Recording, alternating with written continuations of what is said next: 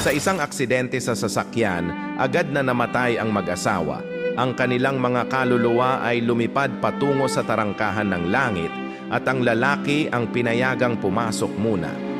Ngumiti ang anghel at nagsabi, "Maligayang pagdating, tapat na lingkod ng Diyos." Sumagot si John, "Maraming salamat, ngunit ang aking asawa ay nasa labas pa ng tarangkahan ng langit." Maingat na sinabi ng anghel, ang langit ay inihanda para sa mga gumagawa ng katuwiran at sumusunod sa kalooban ng Diyos.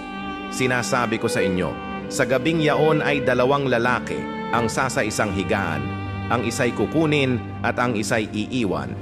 Napuno ng luha ang mga mata ni John.